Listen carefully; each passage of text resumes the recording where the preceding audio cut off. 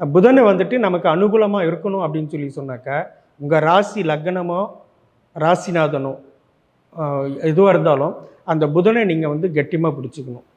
ஏன்னா அந்த புதன் தான் உங்களுடைய உடல் உயிர் எல்லாமே.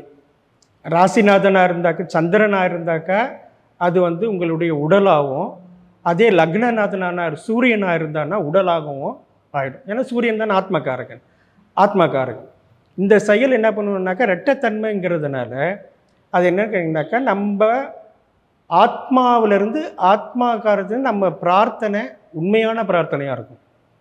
ஏன்னா காலபுருஷனுக்கு 3ஆம் இடம் பிரார்த்தனை உண்மையாக இருக்கும். நாம் ஒரு தெய்வ வழிபாடு பண்ணுறோம் அப்படின்னாக்கா அந்த தெய்வ வழிபாடில் உண்மையான வழிபாடு இருக்கணும். பேச்சில் வந்து நிதானம் இருக்கணும். அந்த பேச்சு ஆணித்தரமாக இருக்கணும். இப்படி வந்துட்டு ஏன்னு கேட்டிங்கனாக்கா உங்களுக்கு 2ஆம் இடம் சந்திரன். அந்த சந்திரன் என்ன கேட்டால் உங்கள் மனசை வந்துட்டு அலைபாய விட்டுடுவார்.